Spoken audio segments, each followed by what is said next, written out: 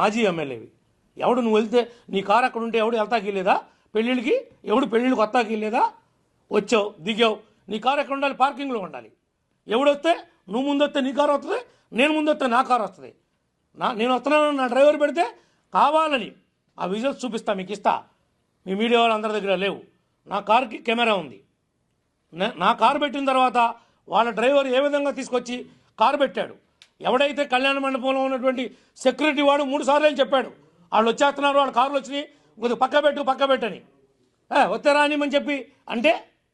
వస్తే రానిమంటే అది గౌరవం అదా ఇచ్చేది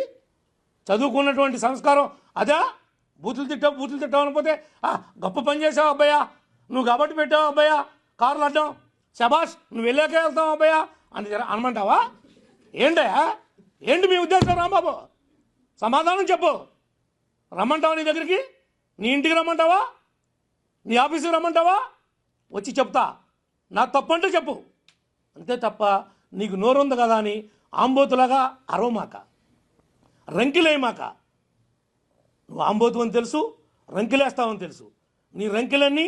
మొన్న ప్రజాక్షేత్రంలో నీ కూరలు తీశారు నీ పేకలు తీశారు పేకలంటే పొడిచే కొమ్ములు ఉంటాయి ఆంబోతు కొమ్ములు ఉంటాయి కదా అవన్నీ కూడా ఎరగదీశారు ఇంకెందుకు రంకిలు వేస్తున్నావు ఎవడి మీద వేస్తావు రంకిలు నువ్వు వేసావు నీ జగన్ వేశాడు వై నాట్ 175 అన్నాడు ఏమైంది నీ రంకిలన్నీ ఏమైపోయినాయి